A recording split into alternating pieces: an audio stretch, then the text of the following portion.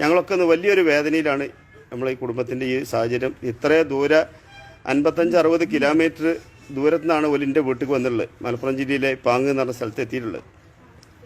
അപ്പം നമ്മളൊക്കെ ഒരു നിവൃത്തി ഇല്ലാത്തതുകൊണ്ടാണ് കാരണം റോട്ടിലിറങ്ങേണ്ടി വരുമെന്ന് വിചാരിച്ചിട്ടാണല്ലോ നമ്മളെ തിരഞ്ഞു വന്നിട്ടുള്ളത്.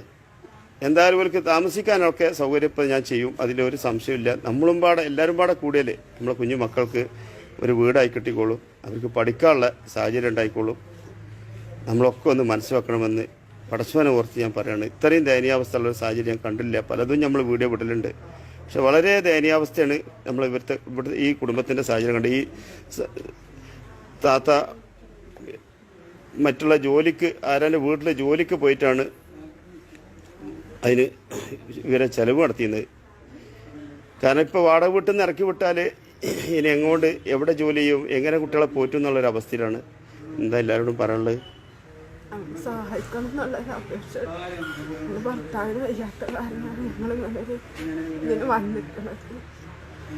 എല്ലാവരും കൂടിയിട്ട് ഞങ്ങൾക്കൊരു വീട് വെച്ച് തരുമെങ്കിൽ അതൊരു ഇതായിരുന്നു. ഉള്ള കഞ്ഞിരെല്ലാം കുടിച്ചിട്ട് ജീവിക്കാൻ അടച്ചതിനോട് നിങ്ങൾക്കൊക്കെ വേണ്ടി ഞാൻ ചെയ്തു.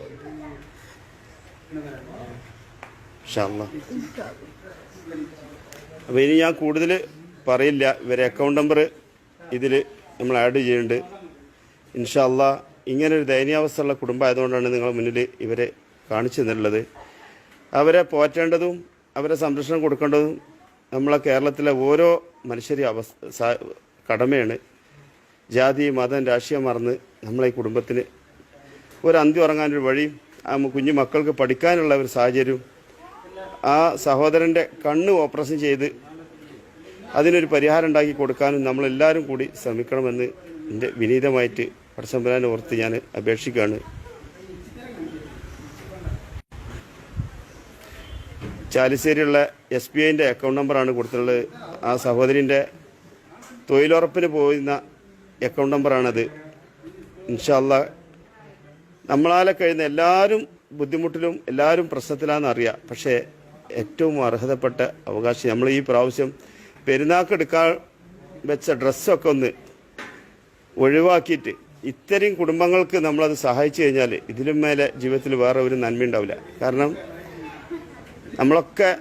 നമുക്കൊക്കെ പെൺകുട്ടികളുണ്ട്, അവർക്ക് എന്താ ആവശ്യമുള്ളത് നമ്മൾ എടുത്തു കൊടുക്കലാണ്. ഈ കുഞ്ഞുമക്കൾക്ക് ആരെ മുമ്പിലും കൈകാട്ടാനും അറിയില്ല, ആരും സഹായിക്കാനും ഇല്ലാത്തൊരവസ്ഥയാണ്. ഞാൻ കൂടുതൽ പറയില്ല. ഇൻഷാ അള്ളാ പടച്ചമ്പുരാൻ്റെ വിധി ഉണ്ടെങ്കിൽ നമുക്കൊക്കെ കൂടിയിട്ട് ഇവരെ നമുക്ക് കരകയറ്റണം എന്ന് എളിമയോടെ നിങ്ങളോട് അഭ്യർത്ഥിക്കുകയാണ്. ഇൻഷാ അള്ളാ. അസ്സലാമു അലൈക്കും.